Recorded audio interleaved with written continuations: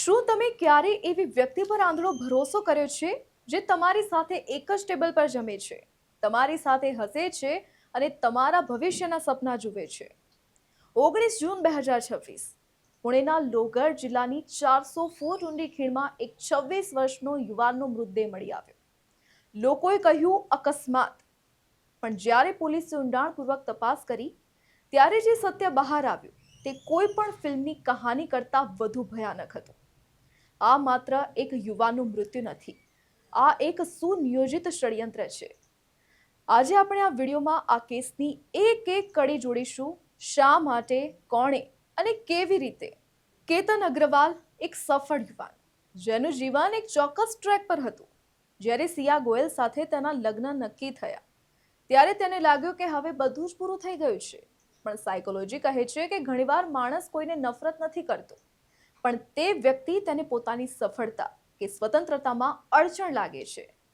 અહીં કેતન સાથે પણ આવું જ થયું.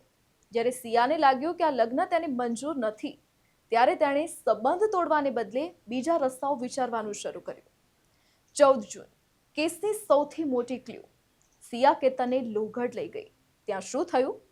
સિયાએ તેને ખીણ તરફ ધક્કો માર્યો, પણ કેતન એક ડાળી પકડીને બચી ગયો. હવે અહીં સાયકોલોજી જુઓ. જેવો કેતન ઉપર આવ્યો, સિયાએ તરત જ સાપ છે એવું નાટક કર્યું. આ કેમ? કારણ કે તે કેતનની શંકાને દબાવવા માંગતી હતી. તેણે એવું વાતાવરણ બનાવ્યું કે કેતનને એમ લાગે કે સિયા તેને સાપથી બચાવી રહી છે, અને આ મેનિપ્યુલેશનની એક પરાકાષ્ઠા હતી. સિયાનો જન્મદિવસ, એક પ્લાન જે નિષ્ફળ ગયો હતો, તે ફરીથી અમલમાં મુકાયો.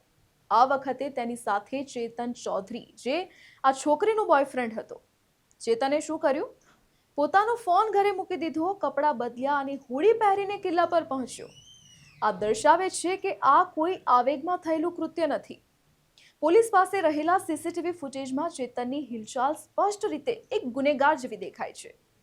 કેતનની હત્યા કરી અને સિયાએ પોતે પોલીસને ફોન કર્યો અને પોલીસને ગેરમાર્ગે દોરવા માટે તેને અકસ્માતની વાર્તા બનાવી. પણ એક નાની ભૂલ તેમને જેલ સુધી લઈ ગઈ. હવે આપણે આ હત્યાના સૌથી મહત્વના પાસા પર આવીએ છીએ. પોલીસ પૂછપરછમાં સિયા અને ચેતન ભલે ગમે તે કારણો આપે, પણ ક્રિમિનલ સાયકોલોજી આ ઘટનાને અલગ નજરથી જુએ છે. ચાલો આ 4 મુખ્ય મુદ્દાઓની વિગતવાર સમજીએ. પહેલું છે હ્યુમન ઓપ્ટિકલ.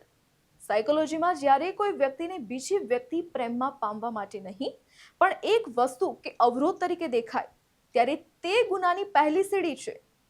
સિયા અને ચેતન માટે કેતન ક્યારેય કોઈનો પુત્ર કે મંગેતર નહોતો.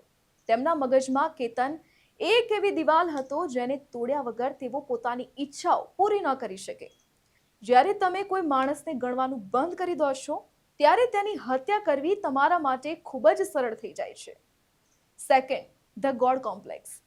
તમે જોયું કે તેમણે માત્ર એક નહીં, પ્લાન એ, પ્લાન બી અને પ્લાન સી એમ ત્રણ પ્લાન બનાવ્યા હતા.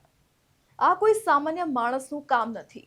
આ દર્શાવે છે કે તેમની પોતાની બુદ્ધિ પર કેટલો અહંકાર હતો. તેમને લાગતું હતું કે અમે આખા સિસ્ટમ કરતા હોશિયાર છીએ. પ્લાન એ નિષ્ફળ ગયો તો પણ તેઓ અટક્યા નહીં, ઉલટાનું વધુ ખતરનાક પ્લાન બનાવ્યો. અહંકાર તેમને એવું માનવા મજબૂર કરે છે કે હું ગમે તે કરીશ, કોઈ મને પકડી નહીં શકે. ત્રીજું છે કોલ્ડ બ્લડેડ પ્લાનિંગ. સૌથી ચોંકાવનારી વાત એ છે કે કેતને ખીણમાં ધકેલ્યા પછી સિયાએ પોતે પોલીસને ફોન કર્યો.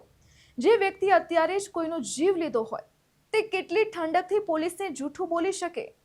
આને કહેવાય છે ઝીરો એમ્પથી. તેમની અંદર બીજાના દુઃખ પ્રત્યે કોઈ સંવેદના બાકી જ નથી. તેઓ માત્ર પોતાના ગોલ, પોતાના ધ્યેય પર કેન્દ્રિત હતા. તેમને લાગતું હતું કે પોલીસને મૂર્ખ બનાવીને તેઓ પોતાની લાઈફ શાંતિથી જીવશે. આ કોલ્ડ બ્લડેડ હોવાની નિશાની છે, જ્યાં લાગણીઓનું સ્થાન માત્ર ગણતરીઓ લઈ લે છે. ચોથું છે સાયકોલોજીકલ જોડાણ. જ્યારે બે વ્યક્તિઓ મળીને કોઈની હત્યા કરે ત્યારે બીજાના ડેન્જર કમ્પેનિયન બની જાય છે.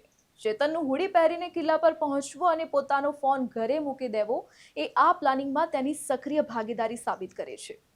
સિયાએ તેને પ્રેમમાં લીધો અને ચેતને આ ષડયંત્રને અંજામ આપ્યો. અહીં તેમનો પ્રેમ એક ક્રાઇમ પાર્ટનરશિપ બની ગયો. કેતન અગ્રવાલના પિતા આજે પણ એ જ સવાલ પૂછે છે કે મારો દીકરો શું આટલો ભોળો હતો? આ કેસ આપણને શીખવે છે કે પ્રેમની પાછળ રહેલા હાવભાવ ક્યારે માત્ર એક માસ્ક હોઈ શકે છે. આ કેસનો અંત ભલે પોલીસ કેસ સાથે આવ્યો હોય, પણ આ આપણને શીખવી જાય છે કે સામેવાળી વ્યક્તિના દરેક વર્તનને ધ્યાનથી જોવું જોઈએ. તમને શું લાગે છે? શું આપણે આપણા પ્રિયજનોને ઓળખવામાં ભૂલ કરી રહ્યા છીએ? નીચે કમેન્ટમાં જરૂર જણાવશો અને ચેનલને સબસ્ક્રાઇબ કરો.